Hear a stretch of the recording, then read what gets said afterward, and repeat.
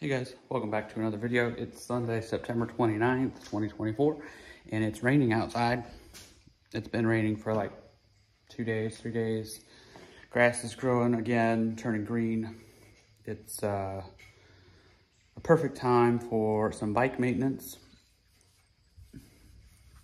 Maybe it's a perfect time to clean myself up a little bit. I look a little shaggy, but yeah, so perfect time for some bike maintenance. I have some things that I've been putting off just because it's been so hot. Don't really want to be out here in the garage working on the bikes. Just get too hot too quick. So a couple things I want to do before the day's over, before I start settling down to watch football. I want to get the Roscoe 9 cleaned up, make sure that everything's tight, greased. I do have a dropper post cable that I need to install. I ordered it months ago and it's just been sitting on my workbench, pretty sure. So we'll get into that. The other thing, cleaning up the Ozark Trail gravel bike. I just wiped it down. It was pretty dirty. This was a brand new microfiber. Got a lot of dirt and grime off of it. You know, it hasn't been cleaned. So it's not all clean, but clean enough to where I can start doing what I want to do. So basically, it's been a while since I did the Tubeless setup. These are the WTB Riddlers 45 by 700.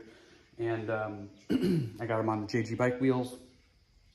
Tubeless, taped with, I guess I'm using Muck Off Tubeless tape. Muck Off no puncture Tubeless sealant. It's been a while since I did that. It's been at least 3 months. And all summer I haven't been riding that much just because it's been so hot. So now that second riding season, or back half of riding season 24 is coming up, the weather's cooling off, I'm gonna be getting out there a little bit more. I wanna make sure the bikes are good to go. So, you know, make sure everything's tight, make any adjustments.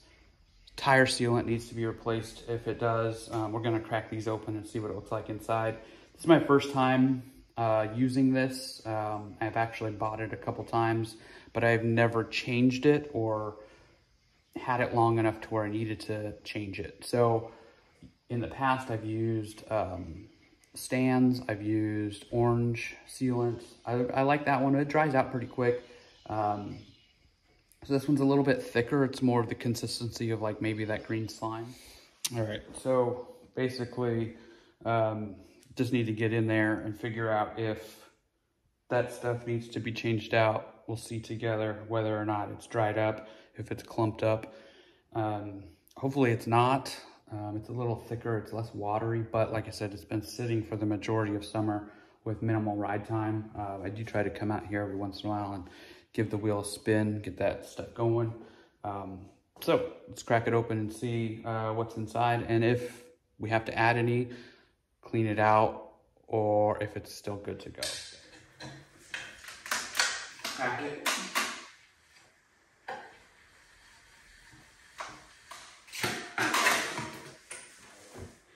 So there's the wheel off. What you're gonna wanna do next, make sure I'm in frame.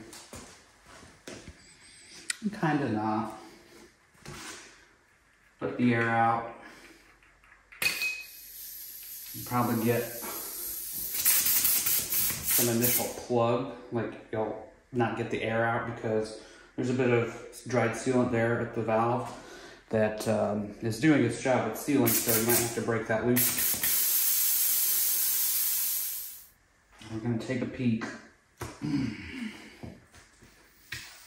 there's still quite a bit of like wetness in there, but I'm gonna go ahead and break the seal all the way around. I might just have to add just a tad. Okay.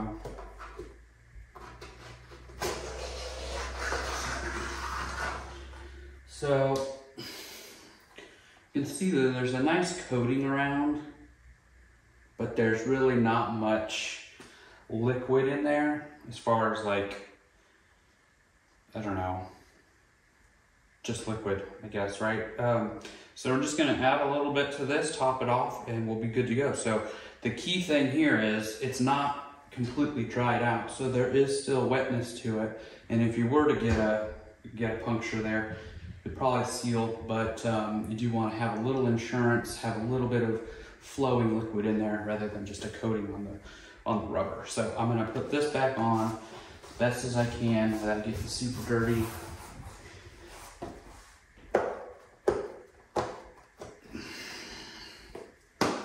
Sometimes that sealant provides a bit of lubrication there on the rim to get it back on. So there's still quite a bit in there, and you can see it's kind of thicker. It's not like watery like the other stuff. So just do a quick wipe here along the edge. Shake this up. What I've been doing is using this empty, I guess this is what I was doing, empty, because it's got a side measure here, and it's easier to know, like, okay, I'm gonna put 100 mils in this tire, so I just fill it up to the line, and actually it would be about that line. I think that's about 100 mils to that first line, and I'll just dump that in, and I'll know as soon as I get it all in there that I have that exact amount. So I'm kind of using this one. I forgot about that. I'm using this one as kind of a measuring cup. So I'll open this one up.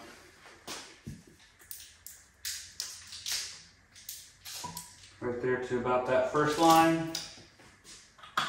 Cap back on there so it doesn't spill. And like I said, this has this nice flexible straw here. You just feed it on top, flip it over.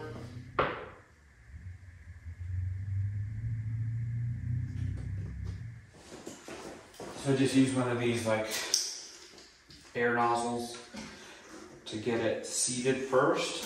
So flip it kind of around. That way the sealant has a chance to go down and you're not blowing it out the side.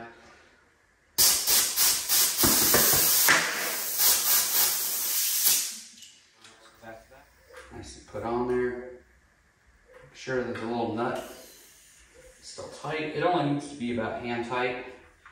This part here where it brings the core into the rim, because if you're out on the trail and you need to replace your tube, so if you have an extra tube with you, for some reason the sealant isn't doing the job, you can put a tube in there. You want to be able to get this off. You don't want to have it super tight on there, otherwise you're going to have no luck getting the rim or getting the tube in there. Open it up to the PSI of the light. Usually do about 30.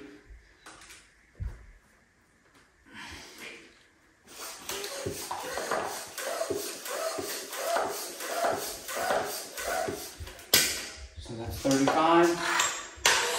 I like to listen.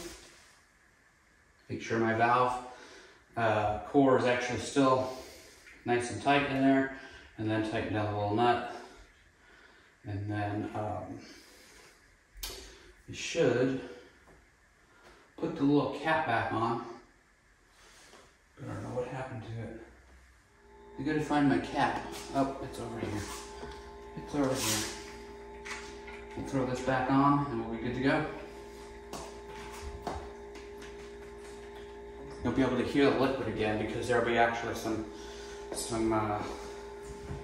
actual fluid in there versus just the coating. And again, while I have the tire off, I might as well do a quick wipe here inside when you usually can't get it. Like I said, I'm going to do the rear, but I'm not going to take the tire out or the wheel off the bike because I'm just going to assume that it needs a little bit of topping off. This is something that some people don't like to do as far as like the maintenance required with a tubeless setup. But I'll tell you what, since I've been tubeless, I've never had an issue. I've never had a puncture that didn't seal itself.